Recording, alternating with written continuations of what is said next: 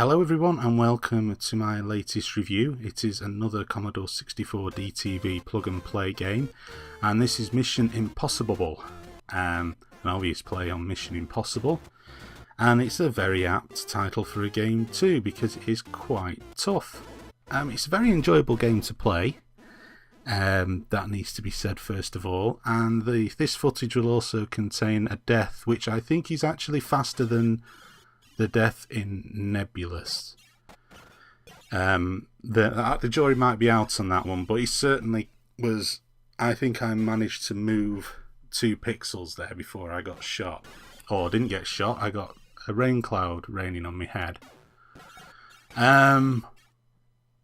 What's the objective of this game? I don't know. I've got no idea. I think it's to go and collect bits of the scroll. You can see one there at the top of the screen, and pick up these mushrooms. These mushrooms I think give you power-ups, and you know, makes you shoot faster, makes you shoot in a couple of directions at the same time, which is nice. It's always good when you're playing a game like this where you can be, look at that, you see, brilliant, where you get assailed from all sides. It is a typical 8-bit game in that, you know, the bad guys are constantly spawning.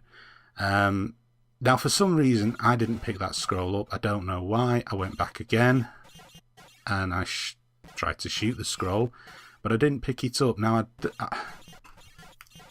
I'm not too sure whether these things have to be picked up in a particular order or whether it's just the fact that I really am bad at games, particularly old games. The games that I should be good at, the games that by rights, really, considering that these games were what I was playing when I was younger, I should be able to.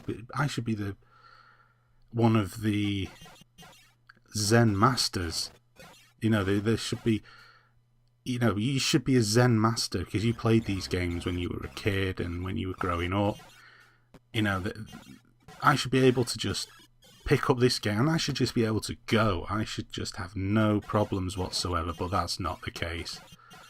I actually play modern games better than I do the old games, and I think it's partly because you just forget. You forget how unforgiving, you forget the gameplay style. You see, I picked up a bit of the scroll there, so whether or not you have to do it in a particular order, whether the order doesn't matter, and as I say, it's just general suckage, is why I didn't manage to do it. I honestly don't know. I died, I know that much, and yeah, fantastic. But yeah, I don't know. I've been playing these old games and being generally crap apart from Iridium, which I thought I was not too bad at considering I've not played it for quite a few years. I can only assume you forget the sort of nuances of being able to play those old type of games. You know, they always seem to work on a particular gameplay style and or pattern. You know, they're not as forgiving as modern day games. Modern day games are without shadow of a doubt easier. There's no two ways about it.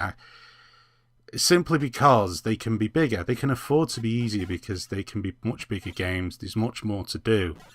And they didn't really come... Modern day games haven't come from the background of arcades. And 8-bit games really did. 8-bit games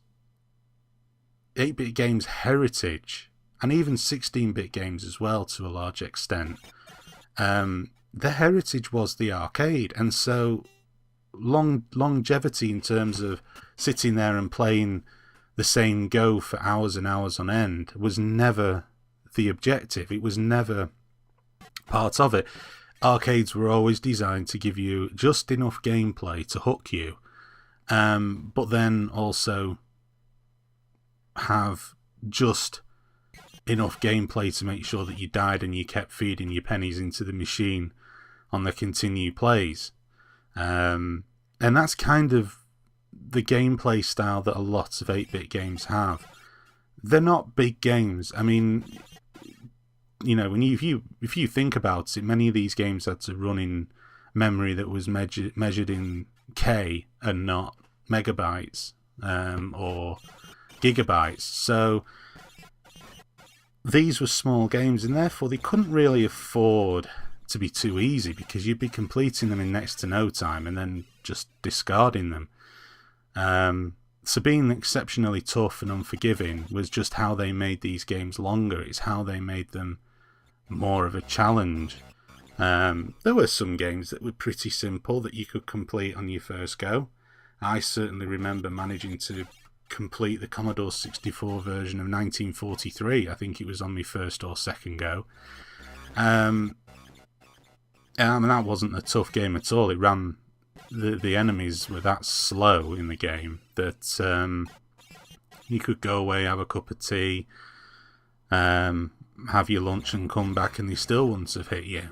And there were some games that had obvious bugs. You know, they had safe zones where enemy bullets or whatever never got you, because, you know, it was a loophole in the game. It was probably something that was there for the testers to use and was never taken out. But yeah, Mission Impossibubble. There's not really a lot else I can say. It's a very lovely game, and I like playing it. It plays very well. So that's pretty much it.